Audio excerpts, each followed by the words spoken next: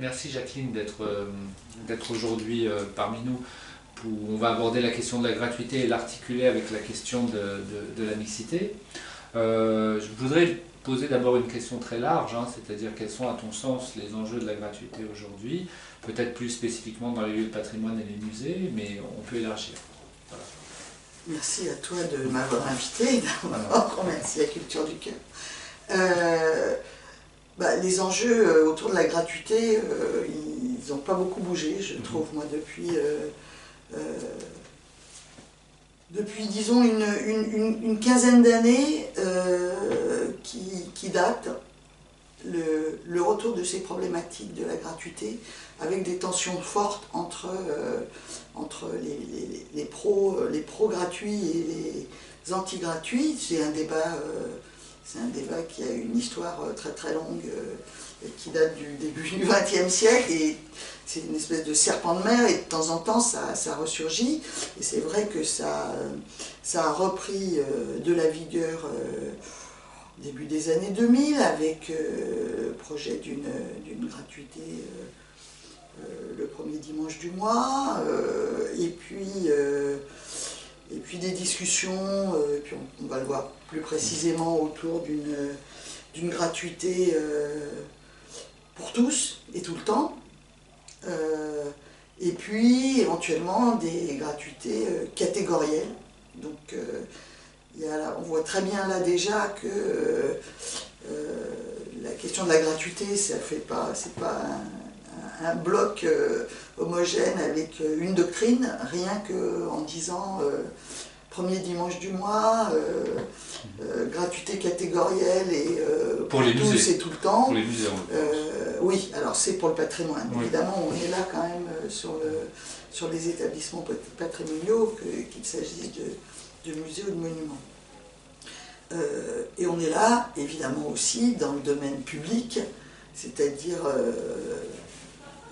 des établissements qui relèvent soit de l'État, soit des collectivités, des autres collectivités territoriales, et qui n'ont pas nécessairement ni les mêmes statuts, ni les mêmes politiques finalement de public. Donc c'est aussi ça, c'est-à-dire c'est une espèce d'écosystème patrimonial qui est extrêmement complexe, et la question de la gratuité d'ailleurs, comme la question de la tarification, ça aussi c'est une question complexe, puisque l'État peut dire un certain nombre de choses, et encore sur les musées et les monuments sur lesquels il exerce une tutelle directe.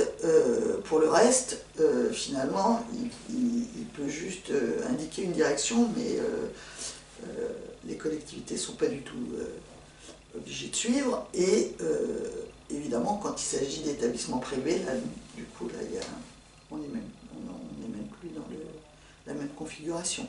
Donc moi c'est vrai que la question de la gratuité, je l'ai surtout étudiée en ce qui concerne les musées et les monuments, et même plus particulièrement les musées nationaux et les monuments nationaux, ce qui fait que on n'a qu'une partie finalement des établissements, alors qui est regardée, qui est scrutée, qui continue de l'être d'ailleurs par les services du ministère en ce qui concerne justement ce ratio entre payant et gratuit, mais ce qui ne veut pas du tout dire qu'on a épuisé la question, hein, parce que qu'est-ce que représentent les musées nationaux en fait en France sur l'ensemble des musées et lieux d'exposition? D'ailleurs, d'abord, on sait même pas le nombre exact de musées et lieux d'exposition, donc ça c'est un inventaire à faire. Au début des années 2000, on parlait de 10 000 musées et lieux d'exposition, et puis sur ces plusieurs milliers, presque 10 000 sans doute, il y en a une partie qui est un peu scrutée par l'État, et notamment le ministère de la Culture. Pour les musées, c'est ce qu'on appelle les musées de France, et donc c'est environ 2200 établissements sur lesquels les services du ministère de la Culture exercent un contrôle scientifique et technique. Et côté monuments, on est sur les monuments nationaux, c'est-à-dire ceux qui ont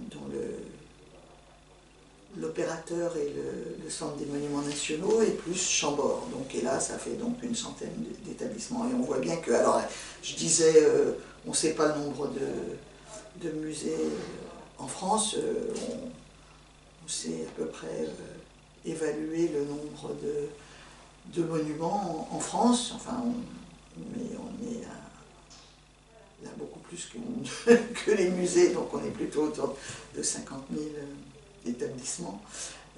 Et donc vous voyez que quand on regarde ce qu'il en est pour les musées, les quelques 2000 et les quelques 100 pour les monuments, on a que... Enfin, il y a des angles morts assez importants. Donc, ce qui était intéressant malgré tout, c'était de considérer qu'effectivement, la politique de l'État en matière de tarification pouvait inspirer d'autres tutelles des établissements, et c'est pour ça que ça valait le coup de regarder de près ce qui se passait, et ce qui s'est passé notamment lors d'un test de 6 mois de gratuité pour tous, tout le temps, dans 14 établissements nationaux, des musées et des monuments. Le dispositif d'enquête, en fait, a été le plus important jamais mis en place sur cette question-là, puisque environ 10 000 questionnaires qui ont été remontés. Et donc, on a quand même pu travailler un peu sérieusement sur ces statistiques, finalement. Sur des pratiques réelles de visite en situation de gratuité. Parce qu'en fait, ce qui distingue cette étude des autres qui ont été menées avant, c'est que d'abord l'échelle finalement était moins importante, on était davantage sur des approches qualitatives qui gardent tout leur intérêt, et qu'on n'était pas en situation de gratuité, c'est-à-dire qu'on était plutôt sur des représentations que les usagers pouvaient avoir de la gratuité.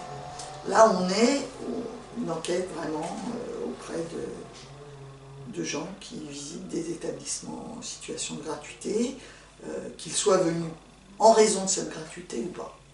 Donc enfin, c'est là-dessus que j'ai commencé c'est pour ça que j'ai commencé à m'y intéresser très sérieusement dans le cadre de cette enquête. Et là, il est apparu, en fait, quelque chose que certaines enquêtes avaient montré, mais qui, peut-être pas avec...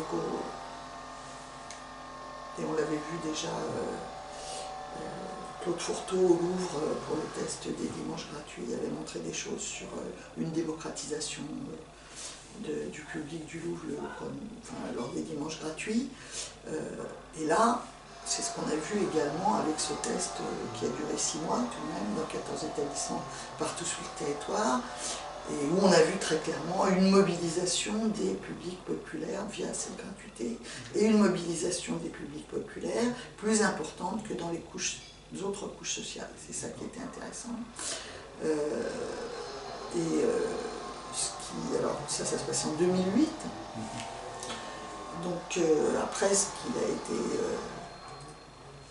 débattu, c'est et donc qu'est-ce qu'on fait de ces résultats, puisque apparemment ça ne résout pas tous les problèmes, mais en tout cas ça montre qu'il y a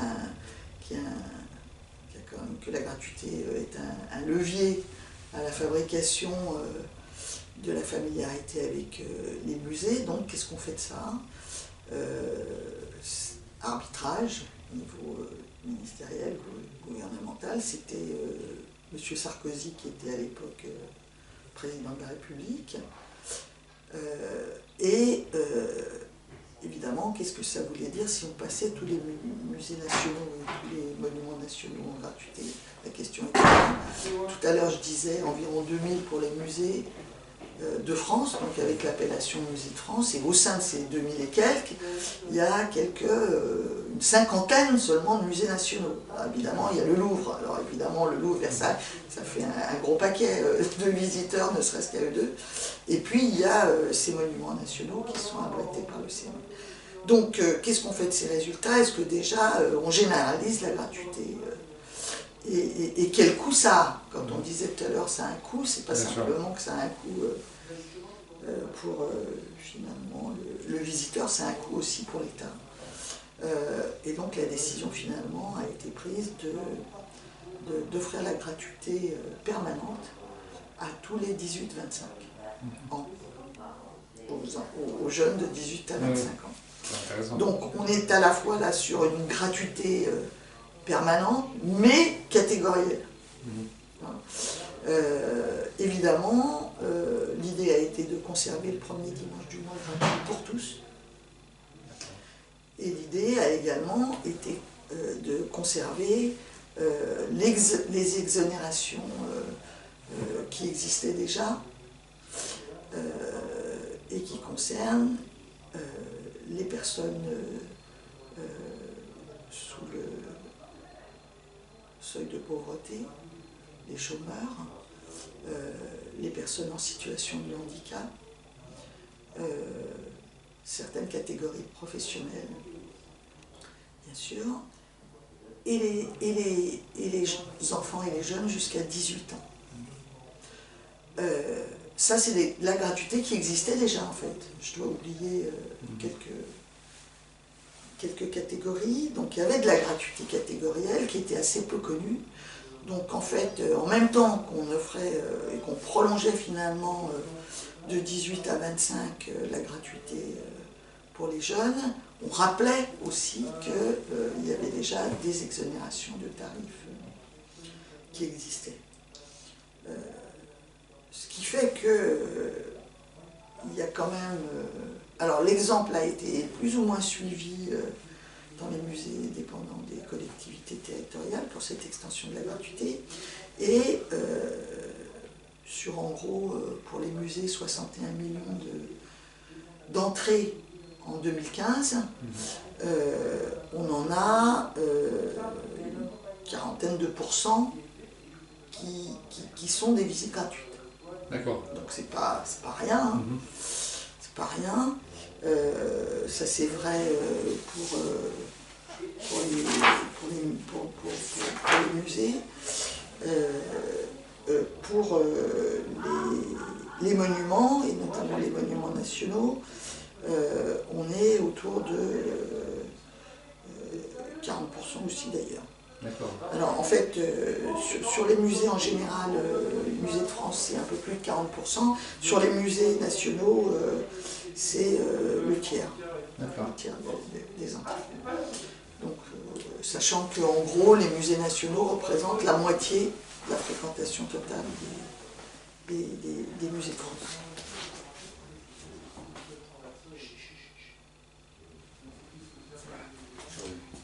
Donc ça c'est plutôt pour les chiffres et le volume des entrées, qu'est-ce que ça représente, et finalement une fois qu'on a mis en place cette gratuité pour les 18-25, qu'est-ce que ça a produit, et là encore il y a un certain nombre d'enquêtes qui ont été menées, à la fois pour voir quel était le nombre d'entrées qui pouvaient être associées à cette visite, cette mise en gratuité des collections permanentes des musées nationaux. Et on s'est aperçu notamment que la place qu'occupaient les 18-25 dans les collections nationales était passée entre 2009, disons, et 2015, d'environ de 5% à 15%. Ce qui est beaucoup. Ce qui est beaucoup. On s'est intéressé aussi à quelle était l'origine sociale de ces jeunes qui profitaient de la gratuité. Et comme on l'avait vu pour les adultes dans l'enquête de 2008, on s'est aperçu que les jeunes des classes populaires étaient plus mobilisés que les jeunes issus d'autres classes sociales. C'est dire que la tarification simple entraîne un accroissement de la fréquentation chez ces personnes. Après, peut-être qu'il nous manque une donnée, c'est de savoir ce qu'ils en ont fait, ce que ça a représenté pour eux, etc. Alors, ce qui est intéressant, c'est, et là encore dans l'enquête qui a été menée auprès des 18-25 en situation de gratuité, c'était pas simplement finalement une sociologie de ces publics, mais également à quoi servait la gratuité et qu'est-ce qu'ils allaient faire le jour où elle était supprimée. Donc on était sur ces trois aspects. On s'est aperçu qu'il y avait une constitution finalement d'un capital de familiarité avec les musées qui était aidé par cette gratuité, ça c'était une première chose, que ça servait pas tant à fidéliser à un établissement qu'à faire découvrir un peu différentes catégories d'établissements. Et du coup, comme on l'avait vu pour les adultes, on a pu apercevoir comment se fabriquait finalement le visiteur en faisant des tests, en se testant eux et en testant les établissements sur l'offre, sur l'accueil. Et puis, donc la gratuité, elle sert à ça, à découvrir. Elle rejoint la notion du flâneur de Walter Benjamin. Voilà, et puis au fur et à mesure que on se met à fréquenter, on se fait une opinion, on fait des choix, et à ce moment-là, on se fidélise à des catégories d'établissements, et puis après, éventuellement, à un établissement auprès duquel, finalement, on prend un abonnement, on prend un bulletin d'adhésion, on participe à la Société des Amis. Donc on ne peut pas dire que la gratuité, elle profite directement et de façon qu'elle crée de la fidélité à tel ou tel établissement. Elle permet que se fabrique une familiarité au monde muséal et patrimonial, et après les gens, ils font leur opinion, ils se construisent leur goût pour tel ou tel type d'endroit, et à ce moment-là, ils deviennent plus familiers. Donc ça, évidemment, c'est des choses qui prennent un peu de temps. Et c'est pour ça que parfois la démocratisation, on ne la voit pas immédiatement. En réalité, c'est quand même une problématique qui est une problématique sur la longue durée quand même. Et même si la longue durée, même si c'est à l'échelle de la vie d'une personne, c'est quand même pour une personne aussi de la longue durée. Donc ça sert à ça. Ça sert à installer un mode de visite qui est beaucoup plus décontracté finalement que ce qu'il était. C'est-à-dire qu'on fait des visites plus courtes, mais on peut les renouveler. On vient plusieurs. On vient avant, après le travail, pendant les pauses déjeuner. On vient en nocturne, ça c'était déjà des pratiques qu'on avait vues lors de la mise en place des nocturnes dans les établissements. On se laisse entraîner, c'est-à-dire que ce n'est pas forcément des visites où on est l'initiateur, où on est d'emblée gagné même à l'idée de se déplacer et de visiter, mais ce sont des visites où on peut le décider sur le moment. C'est quelqu'un d'autre qui a pu organiser, qui vous emmène. Et la gratuité, finalement, elle fait que, alors qu'on n'avait pas forcément décidé de visiter, on se laisse embarquer. On se laisse embarquer parce que c'est gratuit, donc on teste. On se teste. Donc il y a ce truc on essaie quelque chose, on essaie quelque chose pas tout seul. On essaie quelque chose avec d'autres, et avec des gens, des amis, des conjoints. En tout cas, on est dans cette socialisation au mode de visite qui passe, et c'est là que ça devient intéressant, qui passe par le groupe de pairs, PAIRS, et qui ne passe plus uniquement par la famille ou par l'école, ou l'école avec un grand E. Autrement dit, on est on a d'autres modes de socialisation de la culture que permet cette gratuité. C'est ça aussi qui est intéressant. On a quand même,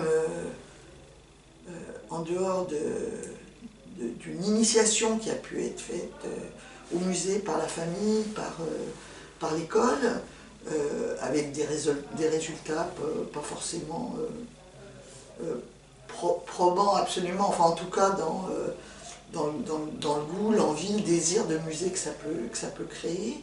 On voit très bien que avec des visites volontaires en fait, hein, des visites qui sont même parfois qu'on pourrait plutôt appeler des sorties. Donc on voit même que le caractère aussi un peu sacralisé de la visite au musée, on peut aussi la vivre autrement justement, et avec ces visites jeunes, ces visites entre jeunes, ces visites courtes, ces visites à des moments plutôt improbables, on a un rapport au musée à travers lui à la culture qui est très dédramatisé. Et ça aussi c'est un apport de la gratuité. Alors maintenant, qu'est-ce qui se passerait et qu'est-ce qui se passe finalement quand on sort de cette période des 18-25, quand on passe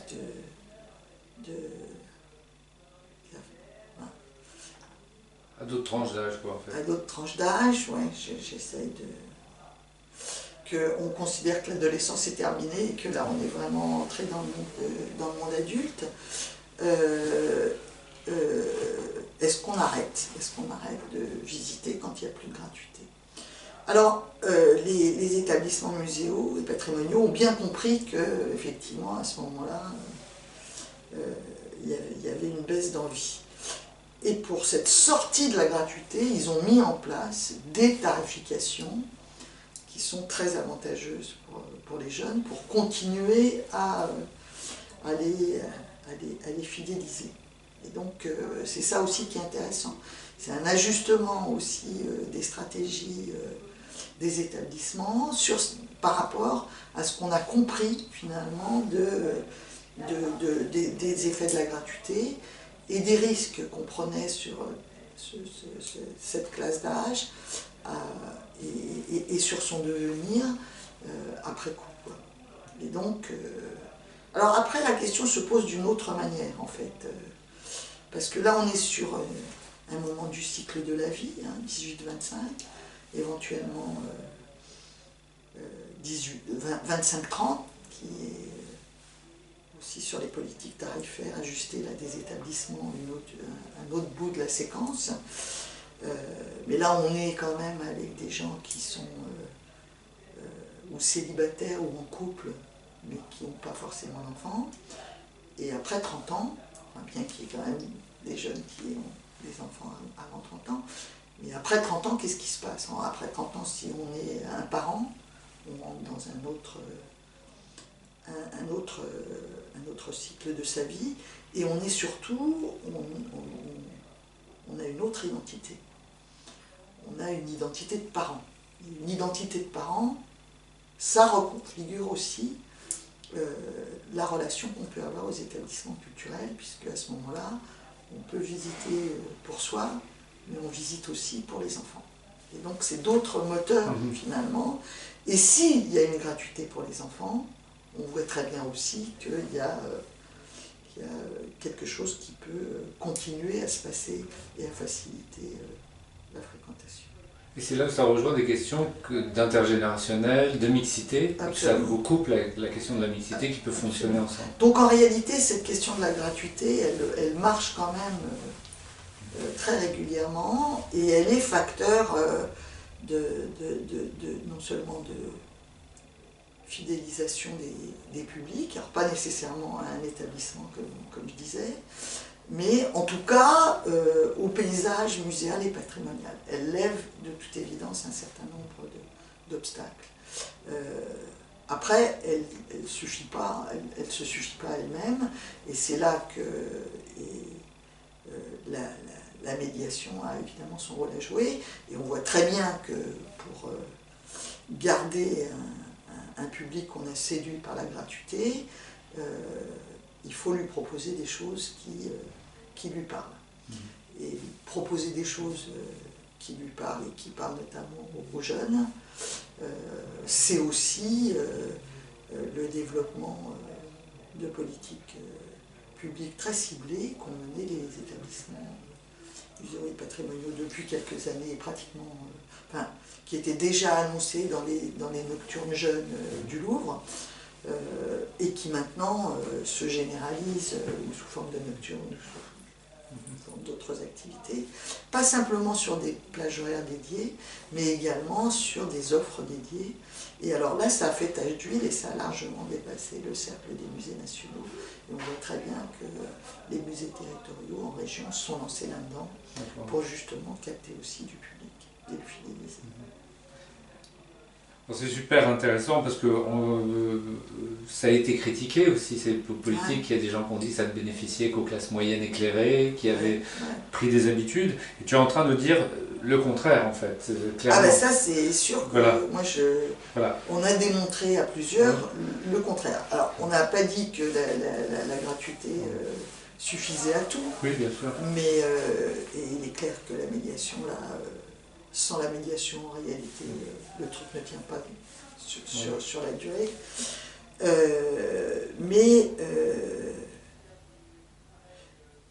Finalement, qui est de l'effet d'aubaine pour certaines catégories sociales qui sont déjà pratiquantes? À la limite, moi je m'en fous. Mais qui est aussi un effet d'aubaine pour des moins pratiquants, c'est ça qui me semble important, en fait. Donc c'est pas tellement que les autres ils en profitent et ils viennent, on a aussi, oui, ils en profitent, ils viennent, mais de toute façon ils viendraient, donc là ils viennent encore plus, très bien.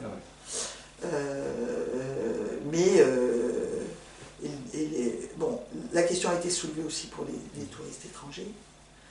Moi j'ai trouvé que c'était quand même une approche... je ne veux pas dire raciste, mais en tout cas extrêmement inhospitalière par rapport aux touristes étrangers. Et il a fallu se battre vraiment au ministère pour que les dimanches gratuits soient conservés. Et encore,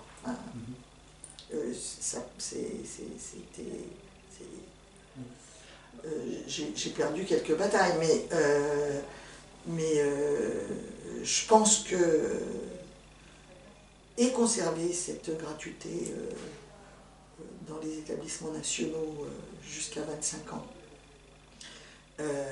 et conserver des gratuités catégorielles, et conserver un dimanche gratuit pour tous, c'est rien d'autre que de la justice sociale. À la culture du cœur, on réfléchit beaucoup à ces questions d'accompagner la gratuité, de travailler la gratuité avec les publics pour ne pas la réduire à 100 valeurs. Est-ce qu'il y a eu des initiatives de cet ordre? Est-ce qu'il y a eu des indications, c'est-à-dire de... Mais ça, le truc, une visite gratuite, ça n'a aucune valeur. Alors c'était un argument qui était beaucoup employé par des gens issus du marketing.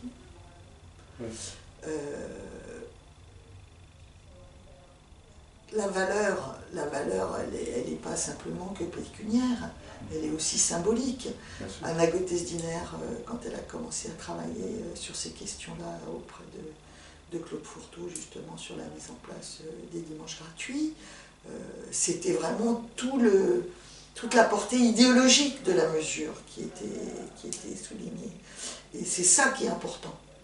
Et là, l'État est dans son rôle, quand même, sur les politiques culturelles. Donc, moi, les cartes ont été de toute manière totalement rebattues avec le développement d'Internet et des réseaux sociaux numériques.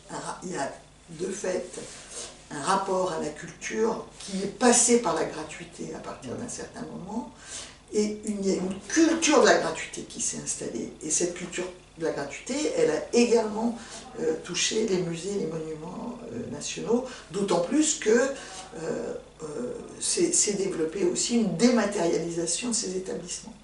Donc, qu'est-ce que ça veut dire de on y a accès gratuit sans s'y rendre, mais si on s'y rend, il faut payer, voire payer très cher. En réalité, il y a une articulation à penser entre justement cette culture de la gratuité qui a été propulsée par l'Internet, et puis un monde de la culture, un monde matériel finalement des établissements culturels qui resterait payant et qui resterait cher. C'est ça aussi je pense, qui fait que la mesure marche bien chez les 18-25. C'est parce qu'ils se sont développés avec cette idée de la culture de la gratuité. Oui, et c'est celle-là qu'ils pratiquent finalement en ligne. Et donc il y a une espèce de continuité finalement, de passer de cet espace immatériel à un espace matériel, et au contraire, encourageons ça. Qui vient compléter l'espace immatériel d'une certaine façon. Par rapport à ce que tu dis, les travaux de Sylvie Octobre sur les 16-25 ans montrent qu'il y a une appétence pour la culture entre 16 et 25 ans. Après, comme tu le dis, il s'agit de voir si elle se confirme une fois que... Voilà, et là, ce qui est important, c'est de ne pas considérer les individus tout seuls, mais justement pris dans cette socialisation par les pairs, et à laquelle la gratuité contribue fortement. Alors ça, oui. Je suis formelle là-dessus. Après, il y a une chose qui est très intéressante, encore deux questions là-dessus. Globalement, tu parles de flexibilité du visiteur, je trouve ça très intéressant, parce que peut-être il y a une évolution possible de la médiation culturelle uniquement sur des questions de mobilité physique, mobilité symbolique reconquise chez certains, la capacité à se mouvoir. Je pense que c'est une question fondatrice aujourd'hui, parce que les gens finalement sortent peu de leurs habitudes, ce sont des habitudes territoriales, et peut-être cette gratuité agit sur cette mobilité physique, cette mobilité symbolique, qui peut, dans un certain cas, être un levier d'insertion, c'est-à-dire une phase de socialisation. Voilà, c'est vrai, ça c'est vrai. C'est vrai aussi que les gens bougent, hein. Les gens bougent, mais ils bougent surtout en vacances, en réalité. Ce qui fait que là où on voit de la démocratisation de la culture, et notamment dans le monde des musées et des monuments, c'est en période de vacances. En période de vacances où les classes populaires se sont mises à visiter. Donc on reste dans un loisir qui n'est pas devenu routinier, qui est encore du côté de l'exceptionnel, pour lesquels les gens sont prêts à payer, parce qu'on est dans le temps des vacances, on a un budget, et dans ce budget, on pense bien qu'on va consacrer, un peu d'argent aux sorties patrimoniales.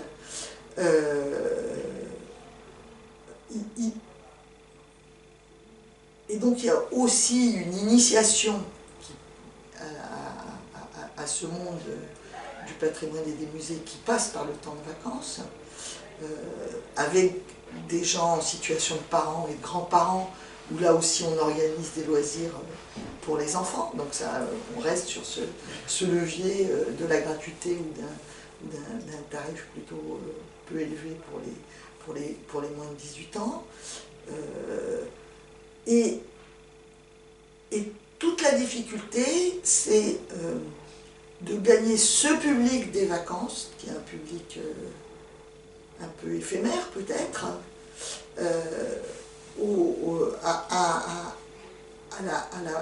à une pratique routinière, de les amener à une pratique routinière près de chez eux. En réalité, c'est pas grave qu'ils sortent. Enfin, ils sortent, enfin, je veux dire, ils font beaucoup de choses quand ils sont en vacances.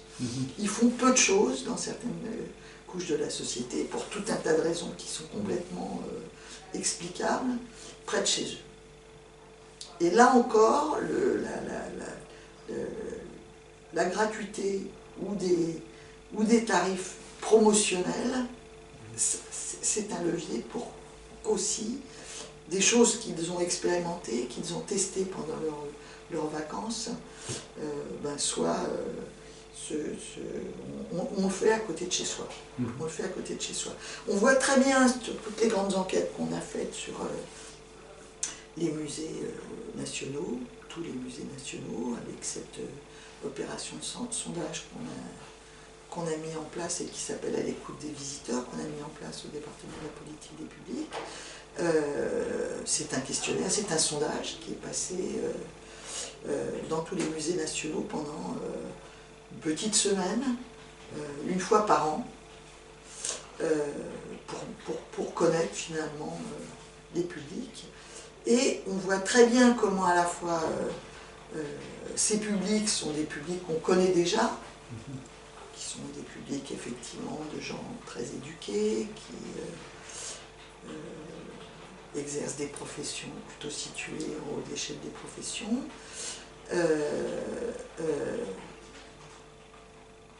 Dans des pratiques de visite de proximité. À côté d'eux, toujours dans des pratiques de visite de proximité, on a le développement des visites pour les 18-25 gratuites. Et puis de l'autre côté, on a une popularisation de l'audience, une démocratisation de l'audience pour des publics qui visitent en dehors de leur zone habituelle de résidence et qui font ça pendant les vacances. Et du coup, on voit de la reproduction, aurait dit Bourdieu d'un côté, mais on voit aussi du changement de l'autre. Hein. Et c'est ces deux choses, ces deux choses, ces deux mouvements qui marchent de pair maintenant. Donc, et là, on a vraiment dû en même temps, mais qu'il va falloir gérer dans la durée et justement à faire passer ce public un peu éphémère et volatile qu'on voit à un public régulier. Et tout au long de l'année, et surtout près de chez lui. Après deux petites questions pour finir. Je pense que peut-être doit-on dépasser la notion d'accès, d'accessibilité des lieux, ou même de fréquentation, pour travailler un peu sur autre chose, c'est-à-dire se dire qu'est-ce que ces publics vont apporter au musée, en fait.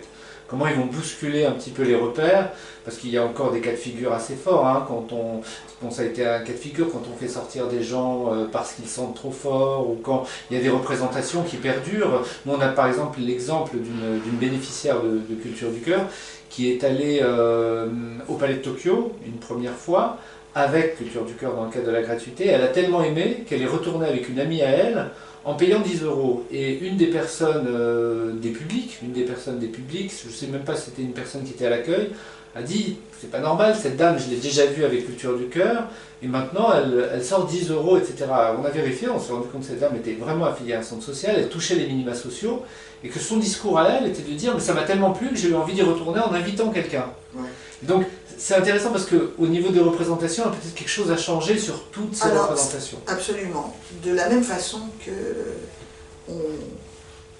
on sous-estime probablement le nombre de visiteurs gratuits. Là, on a un cas flagrant de quelqu'un qui,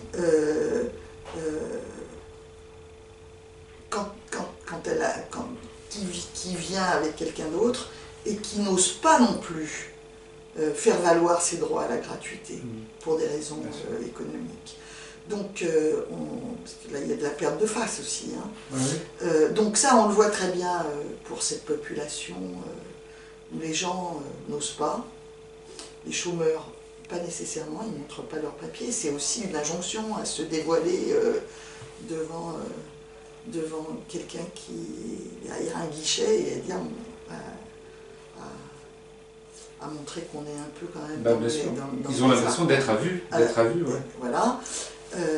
On a ça aussi pour un certain nombre de personnes en situation de handicap. Quand le handicap n'est pas visible, en particulier, qui ne le déclare pas en fait. Hein, Donc ça encore, faire valoir ses droits, moi je pense que c'est quand même assez important à faire passer comme idée auprès des bénéficiaires potentiels de la gratuité. Ça c'est encore... Alors ça, on a essayé d'informer le mieux possible, les établissements ont pris le relais sur cette information, mais sur à la fois de la gratuité et d'autres mesures tarifaires de réduction.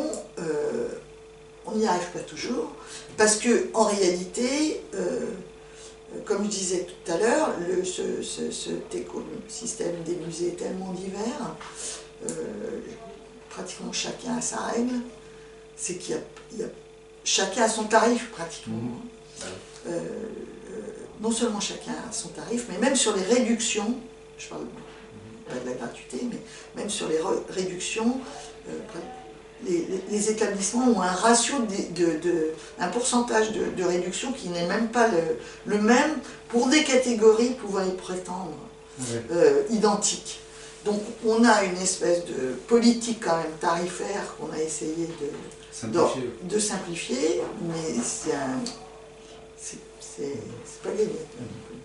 Je voudrais juste terminer pour revenir sur un point. Y a-t-il un point que tu voudrais, toi, ajouter? Oui, alors, sur la question que tu disais, mais de toute façon, ces visiteurs apportent aussi quelque chose à l'établissement. Là, c'est vraiment un fil qu'on a tiré au maximum dans le rapport de la mission Musée du XXIe siècle. Sur ces musées qui doivent vraiment devenir, d'une part, des lieux accueillants, bienveillants, hospitaliers. D'autre part, des lieux qui effectivement permettent d'être visités dans leurs murs, mais également d'aller de sortir de leurs murs, et puis qui vont aussi se dématérialiser. Là aussi, c'est pour multiplier finalement les occasions de les découvrir leur collection.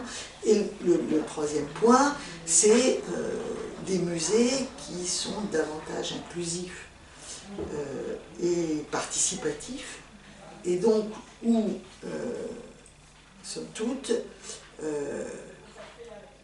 la parole qui existe au sein de l'établissement n'est pas seulement la parole de l'institution, mais aussi peut-être la parole des publics.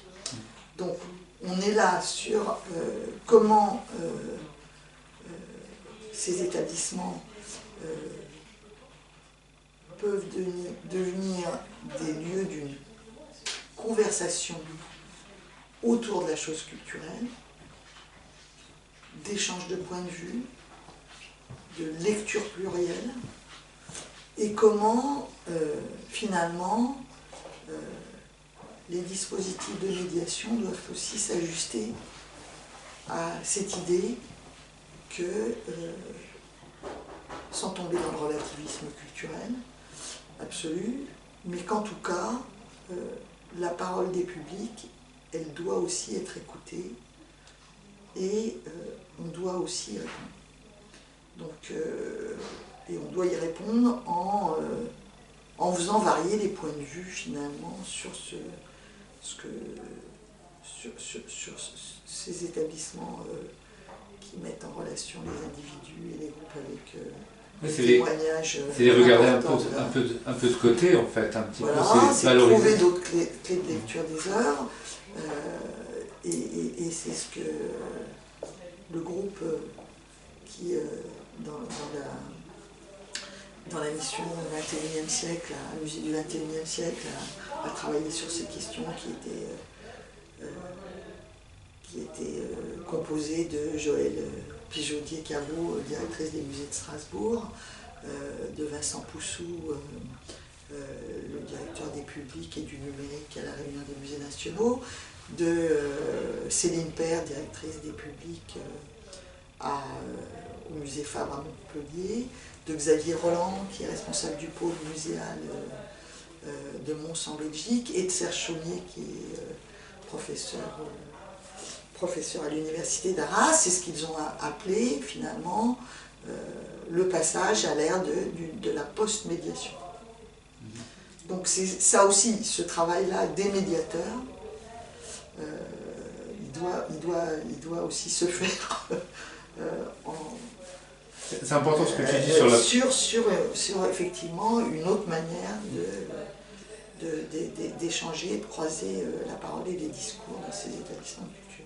C'est important ce que tu dis sur la post-médiation, parce que selon Serge Chaumié, on a intégré ou incorporé, selon des termes sociologiques, c'est-à-dire tout ce qui est la question de la médiation dans les musées, et qu'il faut passer à cette post-médiation en allant un peu plus loin dans la volonté de placer le sujet au centre, hein, l'usager en fait, le visiteur au centre, et de l'intégrer à un parcours qui est beaucoup plus élargi que le simple fait d'être confronté aux œuvres en fait. Quelque part, le simple fait d'avoir une notion de participation et d'accompagnement un peu plus élastique en fait. Ouais, et du coup, il est clair que ça existe déjà, hein, on en a vu tout un tas de témoignages de cette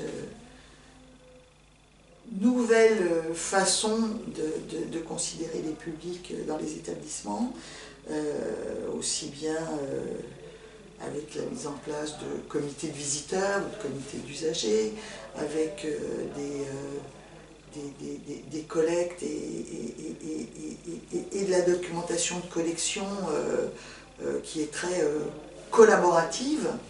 On le voit très bien dans les musées scientifiques, les musées d'histoire naturelle justement, où là ça s'est beaucoup développé, où des Fab Labs, des Living Labs se sont mis en place dans tout un tas d'établissements, où on a vu du côté des musées de société, des écomusées, la création de jurys citoyens qui avaient à statuer sur des objets susceptibles d'entrer dans les collections. Évidemment, on voit aussi dans le cadre du développement du bénévolat, ça c'est une question qu'on n'a pas du tout réglée et sur laquelle on a assez peu réfléchi en France. Parce qu'on est tellement marqué par les problématiques sur la professionnalisation finalement. Qu'on ne peut pas réfléchir mais c'est aussi une forme d'engagement et d'écoute des publics que d'accepter des bénévoles. On a quand même des sociétés d'amis qui sont en train de se renouveler, où là aussi on pourrait travailler sur cette question de la parole des publics. Et puis évidemment, on a le développement du mécénat populaire qui ne peut pas, à terme, rester sans incidence sur la gouvernance des établissements. Donc en réalité, l'idée est aussi, pas simplement du côté de la médiation, mais également de la gouvernance des établissements, d'insuffler du public à tous les étages, c'est-à-dire des réserves jusqu'au conseil d'administration. Donc c'est ça aussi, ce musée inclusif et participatif. C'est cette idée qu'il y a du public partout et que le public est un acteur fort finalement de l'établissement et pas simplement un usager, voire un client, quoi. Ce qui risque de faire émerger des rapports de force et des questions de pouvoir tout à fait nouvelles. Mais en même temps, c'est intéressant. Oui. Jacqueline, merci beaucoup pour cette vision très riche. C'était trop long, mais tu feras plein de coupures. Tu verras.